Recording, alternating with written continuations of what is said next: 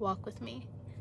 So, as I mentioned yesterday, I've been taking a step back to more intentionally plan this upcoming season rather than just float off into the wind. And the concept of attaching spiritual practices to each goal came up today, which was really interesting because I'm not sure what I expected, right? I pulled out textbooks and I was ready to do a deep dive on success metrics, OKRs, and KPIs. like project planning tools, like success tools, but it took a turn and it was like, no, keep the success metric, but skip over here to spiritual practices. And it wasn't an entirely new concept. I wasn't completely taken off guard, but it was more of that sort of click in place of, oh, this goes here. Because I'm not gonna lie, I've been interested in herbalism for quite some time now. And not just the concept of, drinking tea and feeling better, because that's kind of what I've been dibbling and dabbling in regardless, but more so the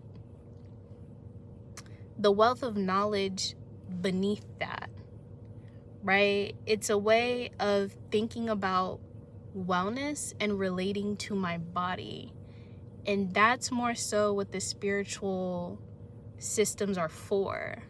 It's not about the herbs, it's not about the plants, it's about having a way outside of colonial thought, having a way of organizing how I relate to my body.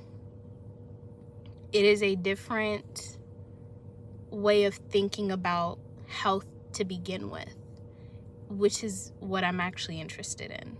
Same thing with money, same thing with my career. It's not, oh, get into astrology or get into whatever for the planets. No. It's wanting a framework outside of colonial thought, outside of extractive thought, to anchor how I'm navigating this, which feels very, very important as I see these systems, particularly colonial white systems, crumble. So, again, I don't know. I can't speak to the full implication. This is not a recommendation for other people.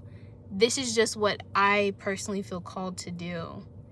And what makes me personally feel secure is, again, having a way of anchoring my thoughts outside of extractive thought. And it's also not just, oh, let me take this on and just take these concepts. It's more so the principles, right? Stick with me. Because I love when I see a piece of wisdom and I can kind of sit with it and turn it over in my mind and use it, right?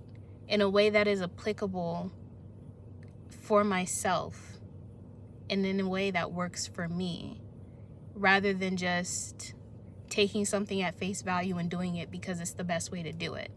And that's really what this is about, is cultivating discernment. So I suppose it's two things: anchoring, discernment.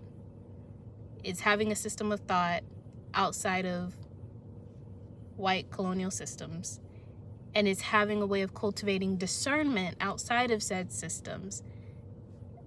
And I wish I'd written this down before, but that's the gist of it for now. I'll probably come back with a part 2 later, but that's enough. I'm done.